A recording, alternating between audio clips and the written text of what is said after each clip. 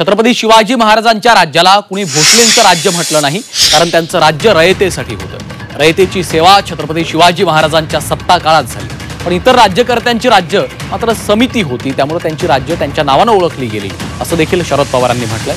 पुण्यातील शिवपुत्र महोत्सवात ते बोलत होते, त्यावेळी त्यांच्या हस्ते अनेक पुस्तकांचं प्रकाशन पार पडलं। हैदराबादचं राज्य निजामाचं राज्य, दिल्लीचं राज्य मोगलांचं राज्य,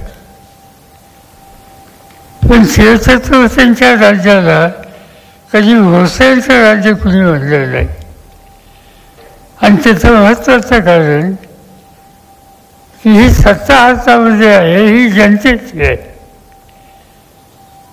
आणि मग रयतेची मागणी करण्याच्यासाठी छत्रपतींनी एक आदर्श आपल्या सगळ्यांच्या समोर ठेवला।